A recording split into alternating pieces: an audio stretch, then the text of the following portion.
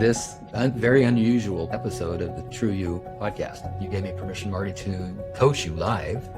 Listeners will notice that in the first part of the conversation, it's much more like a conventional coaching conversation, where as coach, I'm attempting to get clear about what we're doing in the session, what it is we're wanting to accomplish.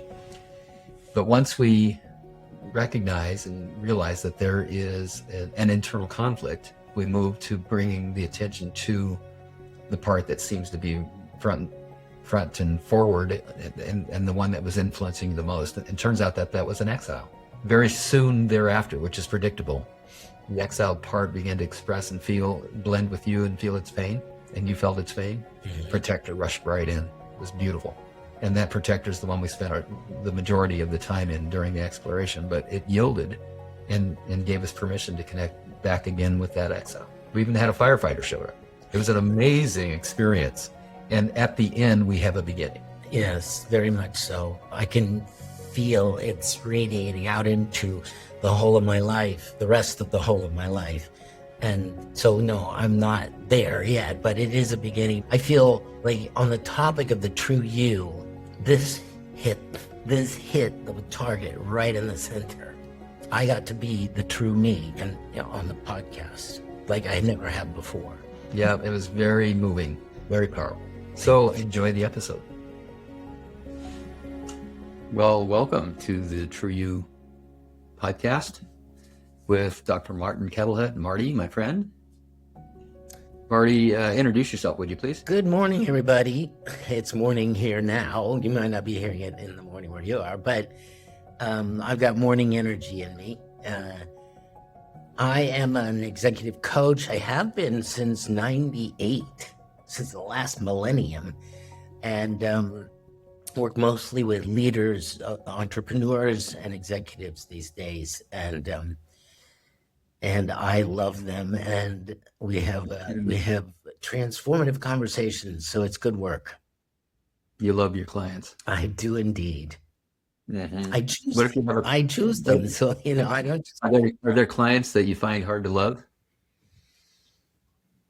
There are some people who are more of a challenge. That's for sure. But I still love them.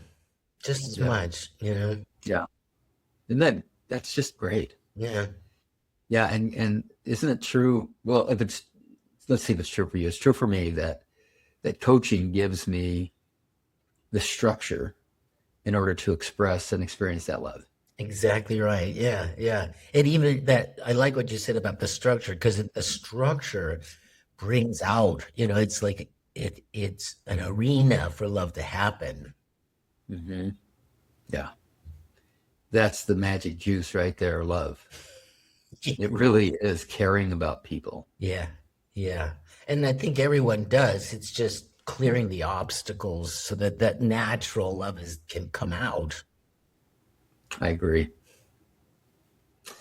Let me introduce myself. I'm Bill Tierney. I'm a compassionate results coach, and I use the internal family systems model as the main tool in my coaching. It's not the only tool, but more often than not, in a coaching session, I'm going to use internal family systems to help a client become more aware of the internal workings that may be helpful and may not be so helpful when they're pursuing an objective, a coaching objective. Mm-hmm. Today I'm going to coach Marty today. Mm-hmm. Which is, this doesn't happen often. And in fact, I don't think we've done this since we had the leadership coaching podcast. I think that's right. Yeah. I coached you briefly about a month ago, but it wasn't the whole session. Right. Well, yeah. And I think I've done the same with you a couple of times. Mm-hmm. So let's just dig in, Marty. If our conversation today helped you, how would you know? I would see a path forward and feel empowered around my writing. A path forward, and you would feel empowered. And it's specifically not about writing itself, but it's about getting my writing read. That I'm on a. It's partly why this comes up is that I'm having a very productive season right now, so to speak, as a writer. Like, it's coming out and it's good. And so it brings up this issue that I feel really torn about getting my writing read, getting posts read, getting my books read, getting them in under people's eyeballs, and in conversation about them. And should I say more? I can go ahead and just say what feels where I'm kind of, pulled in two different directions. That's why I thought internal family systems would be a good conversation for me. I'd love to hear more, and I'm just noticing the word torn. Yeah. You used the word torn, and I'm interested in hearing about that tear. Yeah, exactly. So on the one hand, I want my writing to be able to get out there so it can make the difference it's intended to make. And on the other hand, I have no desire to promote. That's not my interest. And yet, there's part of me that can get at peace with, well, I'm a writer. I do the writing, and that's my purpose in life, and that suffices.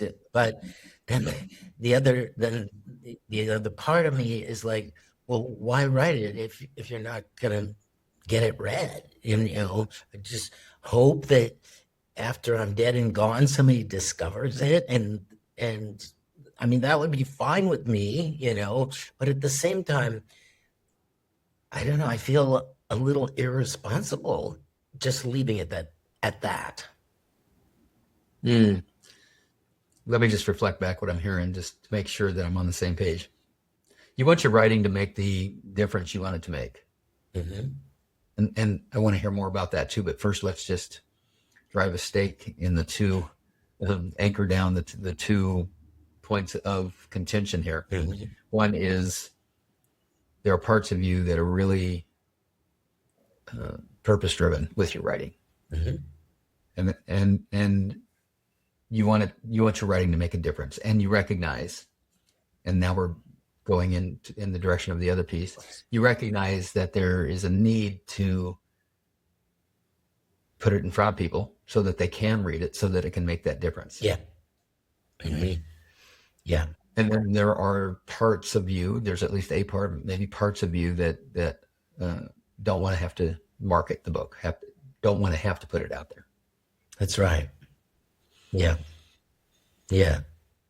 I have this pipe dream that I'm in the 19th century, and somebody close to me is going to say, oh, I'll take that cause up for you. Or, a publisher sees my posts on LinkedIn, my essay that I've written, and says, oh, this should be known. I'll take that on for you. Like,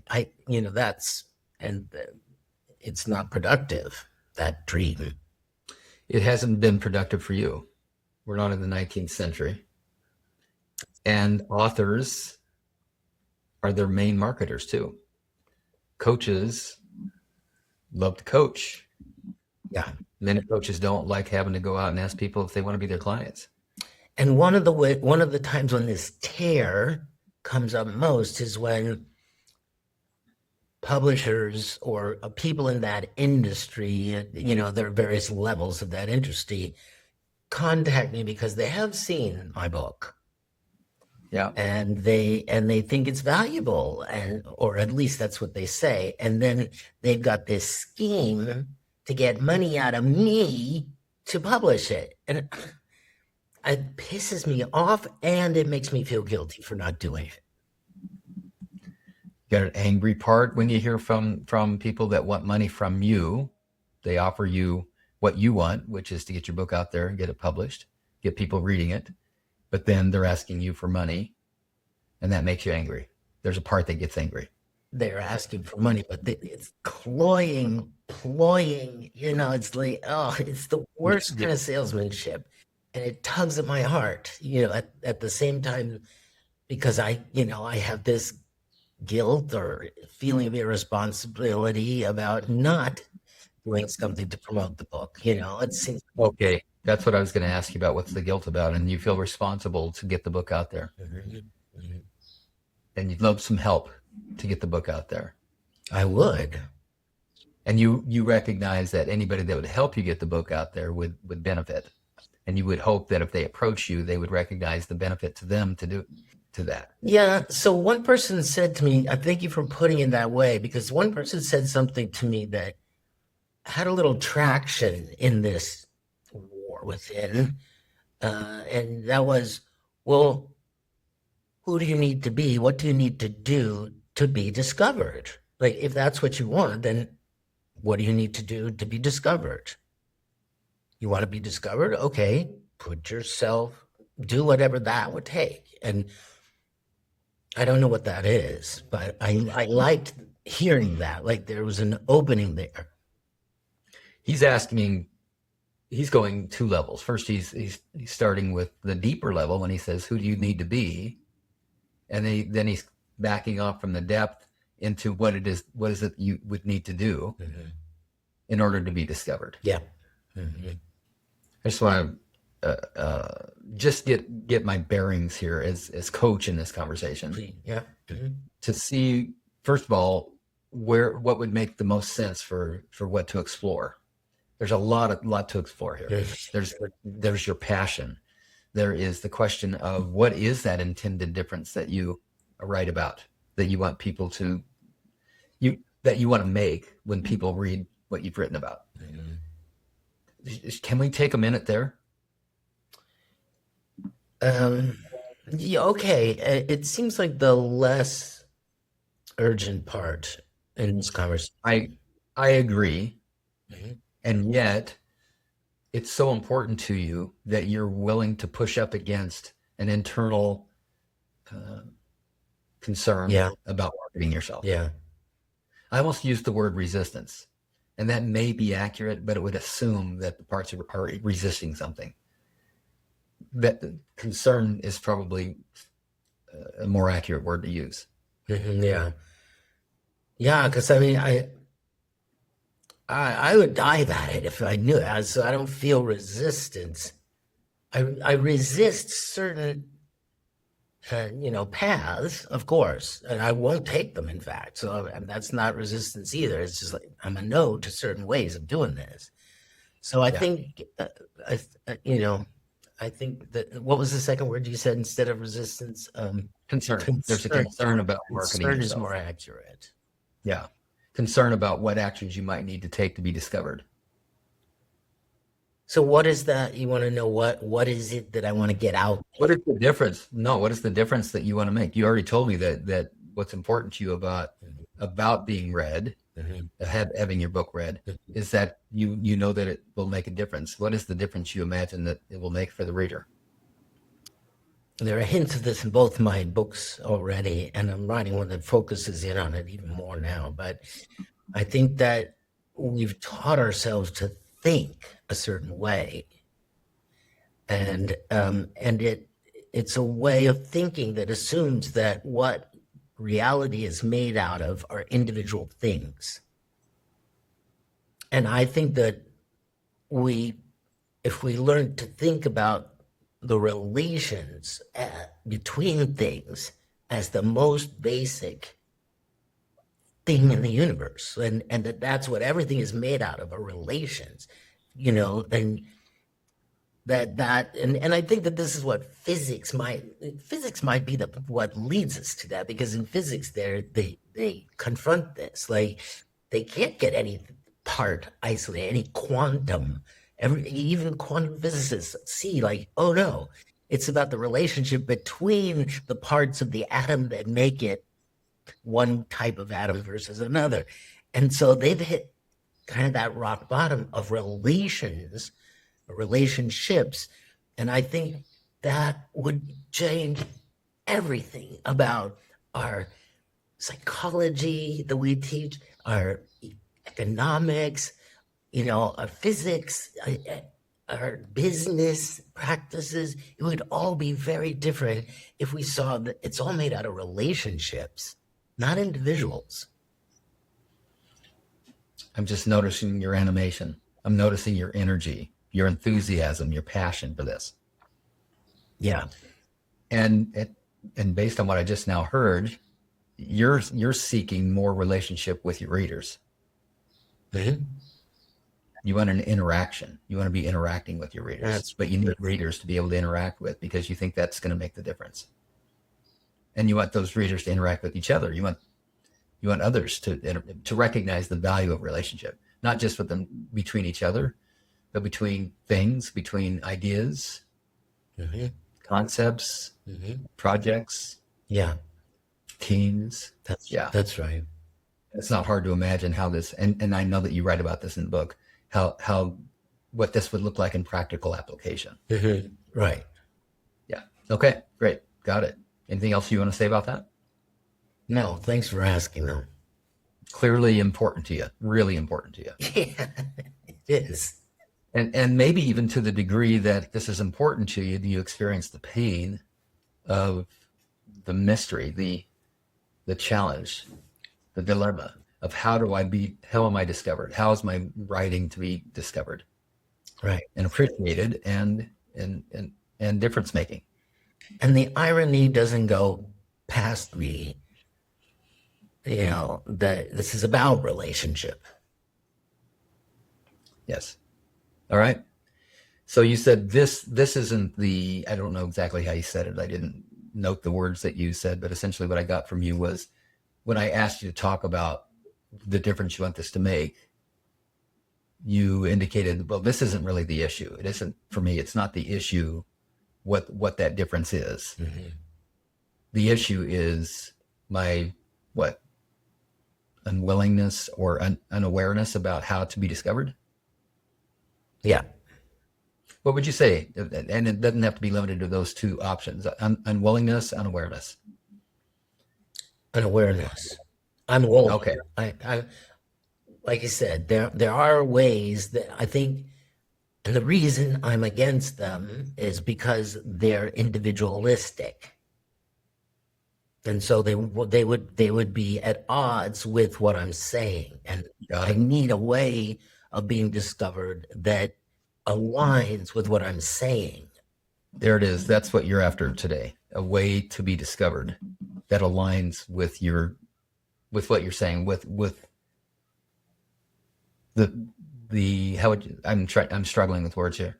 Well, you said a way to be discovered that aligns with the principles of what you're writing about. Right. Yeah. So that the walk down that path is the talk. Walk in your talk. Great. So what's the problem? The problem is that you're not aware of a way. Yeah, well, now, I felt when you asked me, and brought on my passion, I felt something which I never quite said before, and that is that because this goes so deep, I've had the experience already, and maybe this is influencing me, where people say, it's too hard, it's too different, it's too far. And so it doesn't catch right away because it's revolutionary. I mean, it goes to the basis of the way we experience reality. And so I think it's hard for, to consume, to really thoroughly digest what I'm saying. It sounds like what you're describing is that it's disruptive. Yeah, I'm hesitant to use that term because it's so popular on the far right these days, but yes. Oh, okay. I'm not aware of that, but. Oh, that's what you want to be if you're on the far right. Disrupt this whole system, Oh, I see. That's very popular. Yeah. Okay. I'm just, because I'm not aware of that, I'm just using the word as what I understand it to mean. Great. That in order for people to integrate your ideas, they begin quickly to recognize that it feels extreme because it would disrupt everything that they know, how they know to relate, how they know to live. I guess. I mean, I'm kind of inferring a little bit what other people think. Sure. based on a few comments, that people have made, and Like, and also just based on my own projection. Yeah, this is a very different way to think. I'm often asked where people can really practice this work in an ongoing way. That's why I created the True You coaching groups. Each week includes a 30-minute coaching spotlight followed by an experiential exercise inspired by that work so everyone stays engaged in their own process. If you'd like to learn more, visit CompassionateResultsCoaching.com, CompassionateResultsCoaching.com. And now back to the show. so what does that stir in you when you hear these things that people are saying and your own concerns about it? I go in two directions. One of me gets, okay, that's great. It is a challenge. Let's take it on. And then the other part of me is like, oh, brother, I don't know if I don't think I can get people to come along. Okay. Maybe that's the part of you that we need to connect with and understand better. Oh, brother. When I heard you say, oh, brother, I felt, so let me check it out and see if this matches what you felt. Almost a resignation, like it's too much and it's overwhelming. The prospect of pulling this off is overwhelming. Yeah. Yeah.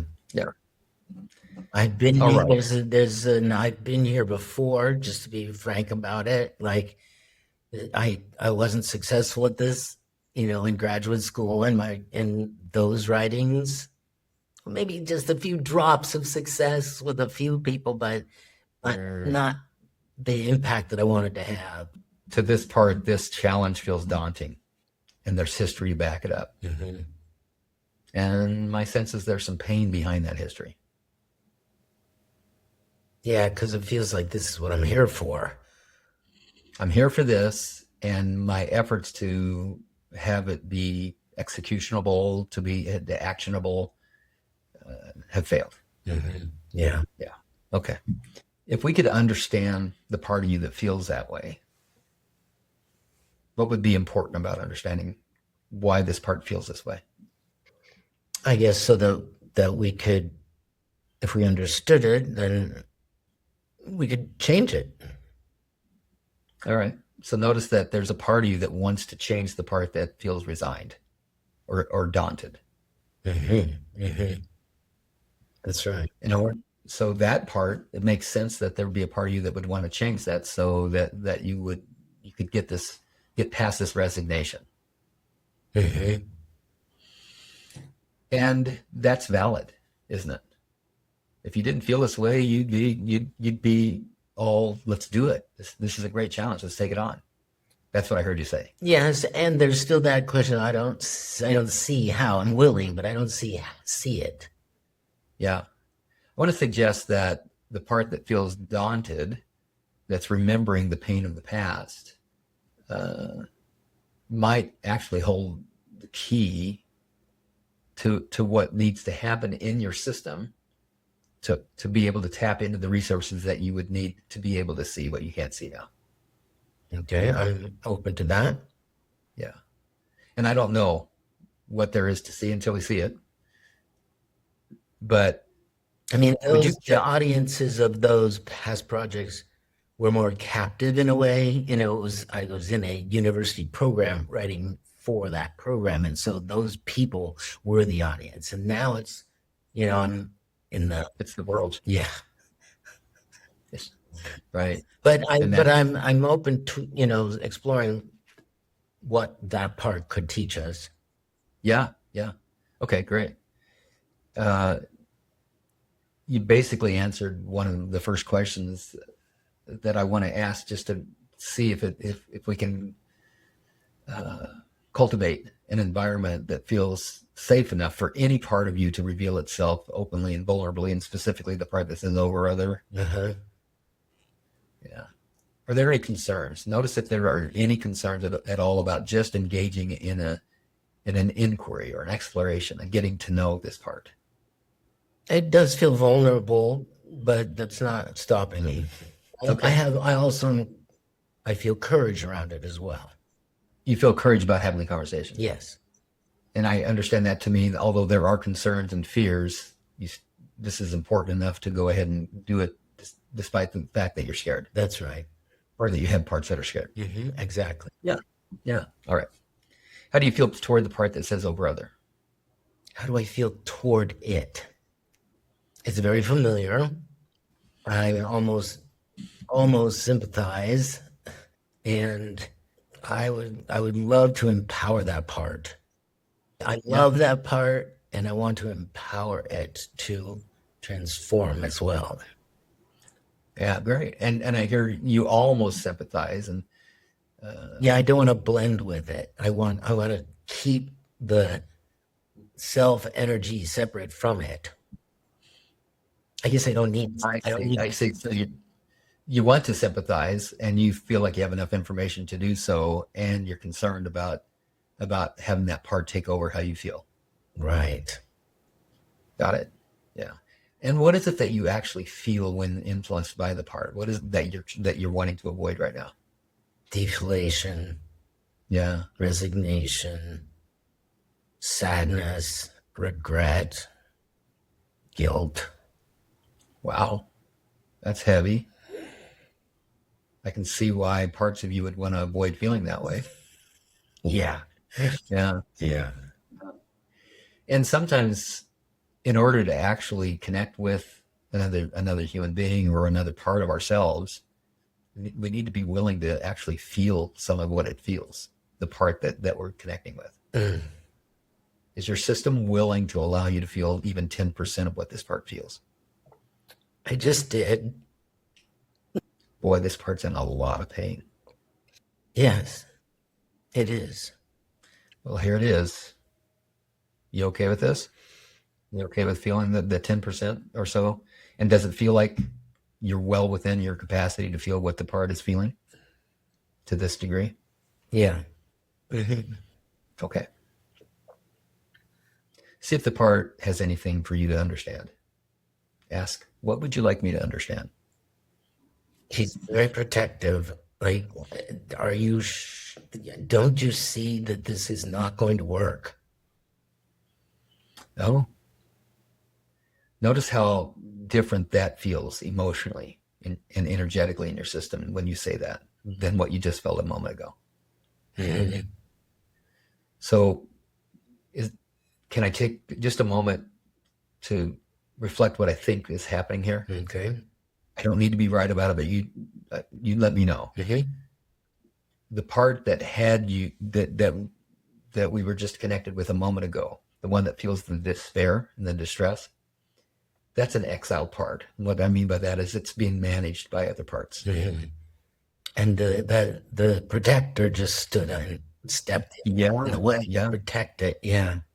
So let's welcome that protector into this conversation. Okay. And if you could just turn toward the part that felt that despair, that blended with you enough for you to feel it. Wasn't that interesting? You gave it permission. You gave yourself permission to blend with it and feel its pain. And just a touch of that pain brought this protector rushing in. Yes. Yeah. Yeah.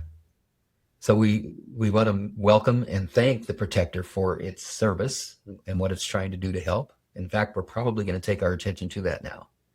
But before we do, let's make sure that the part that feels all this pain is not feeling abandoned. Let it know that we want to have a safe space, environment in order to connect with it so we can understand it. And until the protectors, including this one that just showed up, the ones that have been managing it all this time, however long it's been, until we have their permission, until they feel respected, we can't have a safe space in there. That makes sense? Yeah. Okay. All right.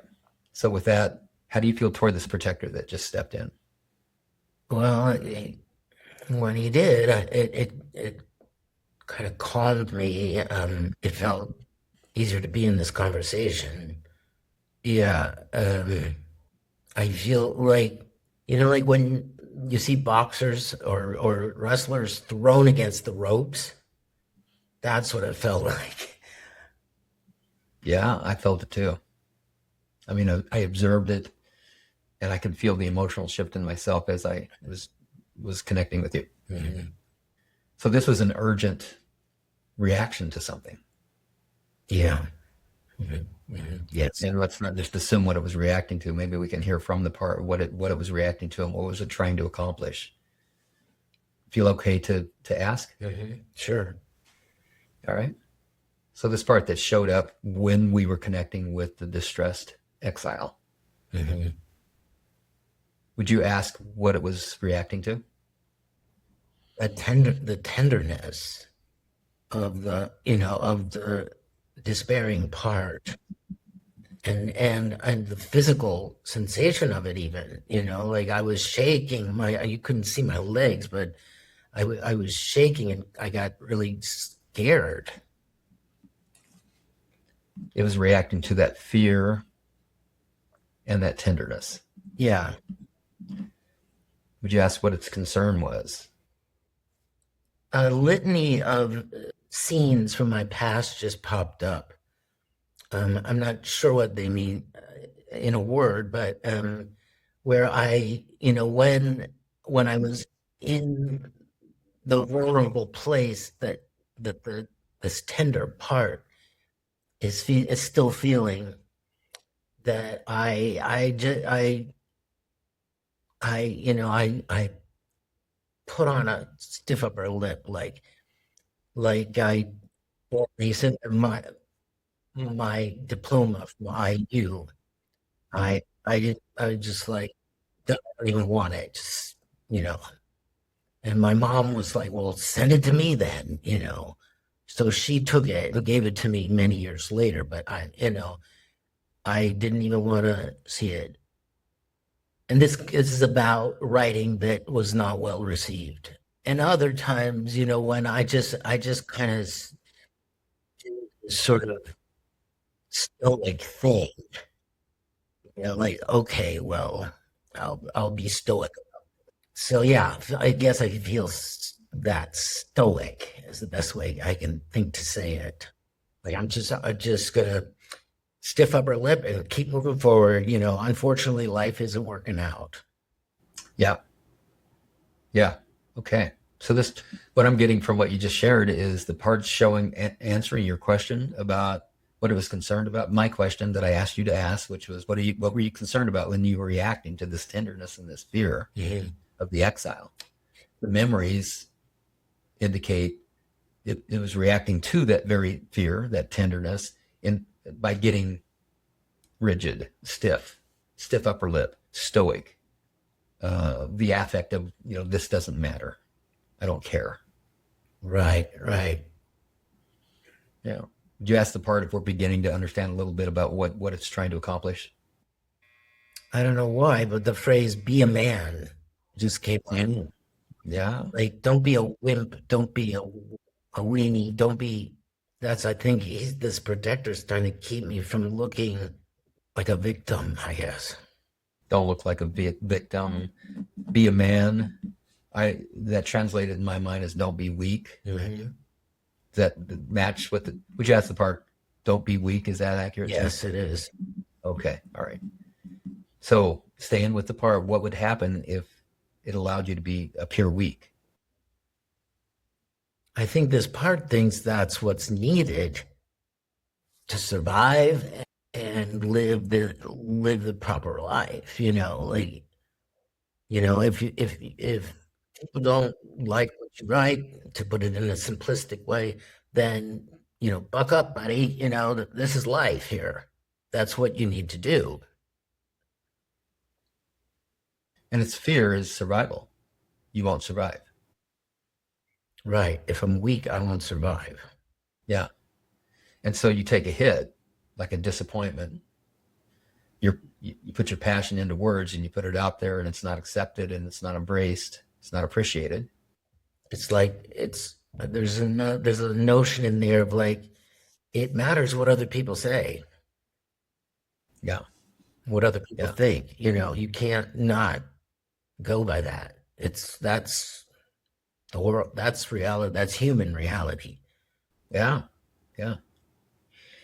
And the memories also go back, it sounds like about 40, 45 years. Something like that. Yeah. This goes back even farther, I'm sure, to my, other experiences back when I was a little boy. That was just one of the first ones that came up here. We froze up there as you said. This goes back. Well, Sure. to being a little, other times when I was little. Yeah. Much So do you have specific memories about that as well that align with this? Let's ask the part. Yeah, rather than trying to remember, let's see if we can just ask the part that has a memory from earlier that it wants to show you. I built all kinds of things when I was young, like woodworking things and a whole magic show routine and model railroading, like 16 square feet of it down in the basement, all these things. And, I think my parents were glad that it kept me busy, but I don't remember them ever saying, wow, that's really great. It was like, how are we going to move that? Well, we're going to move, why does it take up so much room? And stuff like that. Like it was. Yeah, I think we're starting to get a little closer to the pain. Mm-hmm. Yeah. Let's go back to the protector again. That's giving me all this information. How are you feeling toward this part? I want to have it take ketamine so it can relax. Yeah. Does it feel like it's not relaxed right now? It's really giving you a lot of information. It's more relaxed now. Yes. Yeah. You're just saying in general in your life, Right. from the perspective of the part that wants it to relax in your life. What is its concern? You get this? There's another part that's coming in and saying, it's a problem. This is a problem part, and we need it to relax. Mm-hmm. Mm-hmm. Why? What is the concern? Well, I made a connection to like evenings spent under the influence, to relax, because this part had been protecting me the whole day. I see. So let's welcome in the firefighter that is trying to bring balance into this internal equation, an internal conflict that says, let's not look weak. Mm-hmm. Mm-hmm. Because there's a lot at stake here, and something like what I do doesn't matter. There's the train set downstairs that you put all your heart into, and when parents come, they say, well, look what you did, and it appears to be a burden. It appears that what you've made here is a problem, and that's not what you were looking for. Right. What were you looking for? That they take delight in it, that they enjoy it, that they want to stay and play with me. Yeah. And did that happen? No. No.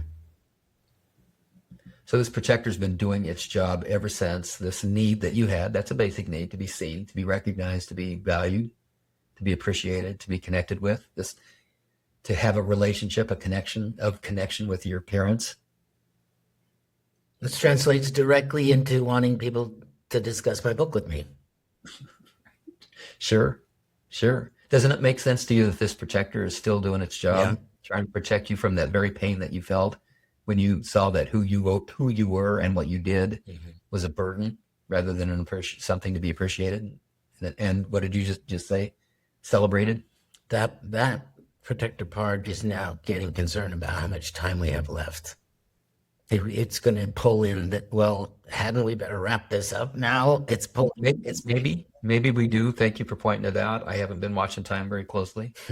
I'm just going to look and see it, and then negotiate with you how much time we have left. I have up to another 30 minutes. How about you? I could do that if I had to. I mean, if it went that way, but we might not need that much time. Check with the protector. It had a concern about how much time we were taking. It's sat back. Okay. All right. And I do want to honor we didn't actually speak about how much time we would have together. But it would be assumed that we should be done in about 15 minutes here because that's how much time we allocate normally for a podcast episode. Okay, great. So let's just acknowledge that this is a long-standing 60 plus years dilemma that's being managed. Mm-hmm. And we've got a part that's feeling all the pain still. You gave yourself permission early in the conversation to feel only 10% of the pain that the part that's being managed feels. Mm-hmm. And it became so concerning to the main protector that tries to manage that pain so you don't get overtaken by it, because there's so much tenderness and so much fear. This protector is very dedicated to this tender young part of you Mm-hmm. that was hurt by not getting its need met, and by whatever meaning making it had around what that meant that you didn't get your needs met. Yeah. And I don't want to paint over what I think that message is. It seems apparent to me, but I'd much rather hear it from the tender exile. Mm-hmm. What did the tender exile make it mean? But before we go there, we have to make sure we have permission from the protector. So would you ask this protector that's been managing this? He's already said yes, and I'm connecting with the tender part now. It's what it's feeling is I'm just like I'm nothing. I'm worthless. There's nothing of value here. Can I try on some words for what as you say that? Let me just not say that. What are you feeling right now? What are you experiencing? Ache. It's like existential ache. I'm going to ask you just to close your eyes, connect with the part that feels that ache, see if it's okay with your system for you to feel this right now. If there's any concern about that. It's okay. Okay. How are you relating to the part that feels the ache right now? I want to comfort it. I want to like hug him. Him, yeah. And do you see him in your mind's eye? Do. Can you describe what you see and where you see him? He's like his little boy. He's crouched down, little shorts and little t-shirt like little kids wear. It's so cute. And it's got big blue eyes and curly blonde hair. And he's just alone. Where? I could see him different places I used to go to hide. Behind the bushes in the front yard, up in the sweet gum tree in the backyard, or by this pond in the park. There were different places that he used to crouch down and play. Did you use the word hide? He's hiding? Yeah, I would do that at times just to get away from, the noise in the house or the conversation, my dad's heated conversation, or the neighborhood kids, and their shenanigans. Yeah. Okay. Does this little boy in the shorts know that you're here with him? Yes, he does. How does he seem to feel toward you? He's good. He's happy to be receiving this attention and tenderness. He's actually getting the need met right now that he missed out on. How's that for him to have your tender presence with him? It's very fulfilling. There's a lot of energy running between us. Can we let the energy run and let whatever wants to happen? I gathered him up in my arms and I'm just rocking with him.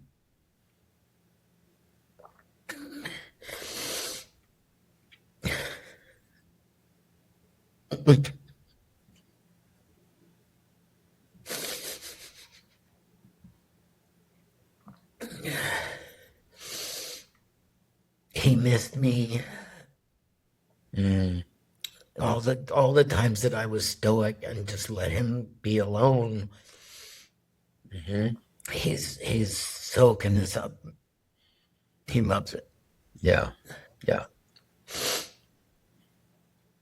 That stoic protector who had only that strategy to use to protect him. Didn't have the resources that you now bring. These young little parts of you have been trying to manage this pain all this time, or to be and hold this pain all this time without the resources that you now have. Can that little boy sense your strength? By strength, I mean your capacity, your compassion.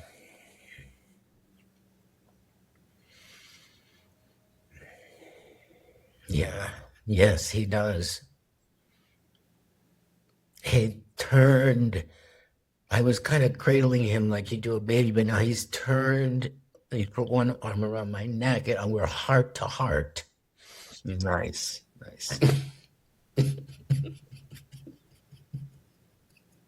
Yeah. It's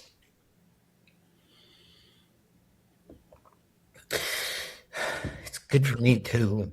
It's good for him, and it's good for me. Because I still have that tenderness that I'm not just a protector. I'm not just a... There's a part of you that protects, and he's getting the experience of the self of you, the fully resourced self of you that has that same love for him that you talked about earlier in our conversation, that you have for your clients. Yeah. For you, that you have for the people in your life, that you have for the readers, that you have for the world.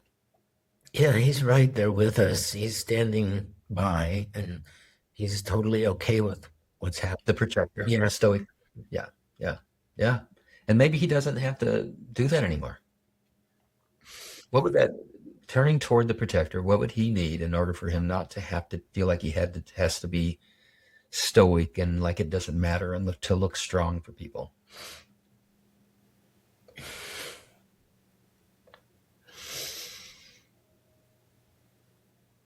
What would he need?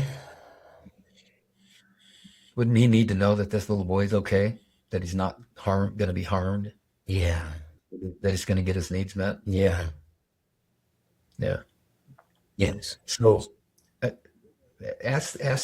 let me just say this and ask these parts to listen as I say it, and let me know how this lands. Marty, what you and I have done is we just did some time traveling. We went back to that little boy in the shorts, and we found him and his protector there. That tells us that the protector is about that age too. In other words, about that resource. How old were you? I don't know. I like 8, 12. Okay. All right. So imagine, Let's say 10. All right, let's just say 10 years old. You've got a book. It's an important book. You want to get it out in the world, and you want people to read it. You want it to make a difference, a huge difference. And despite the fact that it's going to mean to them that they're going to see things in a much different way than they've ever seen them before, and it'll change how they interact in the world and with each other. And that it might be hard for them to do that, but with this concept, if they can really get it, it might make that difference in the world that you want it to make. You're feeling it now. And now go to a 10-year-old and ask him how to get the book out there.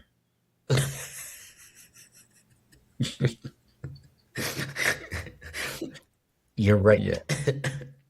No wonder he's overwhelmed. No wonder you don't know how to do it. You said you wanted a way to be discovered that aligns with the principles that you write about. Mm-hmm. You haven't been able to do that because there's been a 10-year-old that's been trying to market this book for you. Mm-hmm. You need him to do that anymore? No, that's not his job. Let him know you're the one that wrote the book. The fully resourced version of you is the one that tapped into the ideas, that put them into words, that put them on paper, that you are much more resourced than he is. And if it's true for you, let him know how much you appreciate his efforts to help all this time. And ask him, does it feel safe enough now to let you take it from here? given that you're here with the hurting part of him, the hurting part of you that he's been trying to protect? Yes. Yes, he would like that. So before we end, I wonder if you can bring both the protector and the protected into the present moment in a safe space where they're no longer subject to not getting needs met, and whatever meaning they attach to that about yourself. And we heard it, I'm worthless. So would both of these parts like to come into the safer space in the present moment and lean on your resourcefulness and your love and your care for them? Yes, that feels good to them. And are there parts of you that are more aligned and self-led, that helped you write the book, or parts that value the message of your book that now are able and willing to step up and help you to discover whatever it takes to be discovered? Mm-hmm. Yeah, right. Yes. Mm-hmm. Like the business experience part and the articulate part, and yes. These two are bringing into the present moment a burden from the past. And we can just call it, I don't matter. Mm-hmm. What do they want to do with that? Let's go to the protector. Does the protector still believe that who you are doesn't matter? No, it doesn't think that.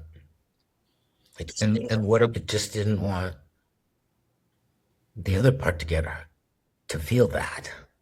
Right. To feel that. Check in with the other part. Does the other part still hold that as true? No, it doesn't anymore. So there's nothing to let go of. When the need's finally getting met, there's no reason to explain why it's not. Mm-hmm. I don't matter explained why the need wasn't getting met. Mm-hmm. Mm-hmm. These parts believe that they do matter to you. Mm-hmm. Right. They do. Mm-hmm. What needs to happen for this to feel complete for these young parts? In fact, there's this feeling of like, it matters that we publish this because that tenderness matters in the world. Yeah, that's beautiful. So that's the partnership you need from them. You need that tenderness to inform all that you do moving forward to get this out into the world. Exactly. Yeah. What could matter more than that? Right. Right. Thanks. Oh, yeah. You're welcome.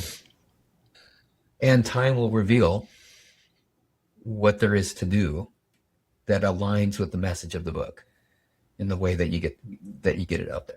Right. The question has been framed. There's a lot of power in just having framed the question. Oh, it's about finding a way of getting it out there that aligns, that's not all the noise out there of that's individualistic, but it's going to be through relationship. Mm-hmm. You said in all that fray of all the people that contacted you to get what they needed and wanted out of you so that they could promote your book, or by promoting your book, mm-hmm. there was one voice that actually stuck with you that was more aligned and had integrity. And the question was, who would you need to be and what would you need to do? Mm-hmm. And even that person, it sounds like, had enough of maybe a conflicted message, an agenda, where they were looking out for themselves more than they were looking out for you. But that piece of what they presented, who would you need to be and what would you need to do?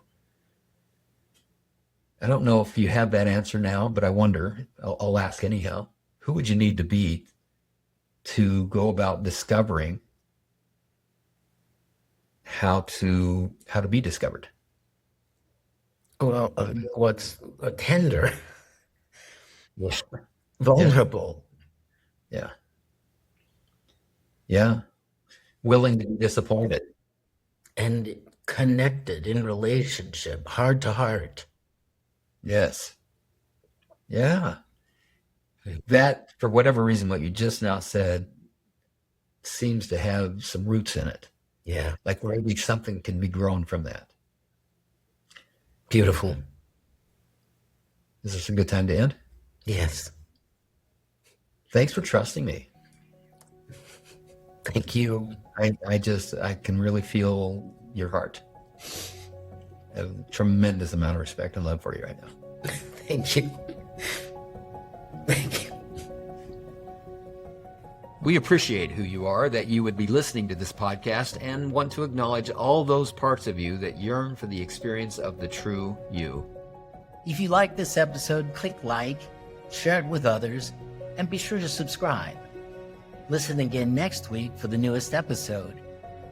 Check show notes for a transcript and a link to resources, including a link to let us know if you'd like to be a guest on our podcast. Thank you for listening and going on this journey with us back to the true you.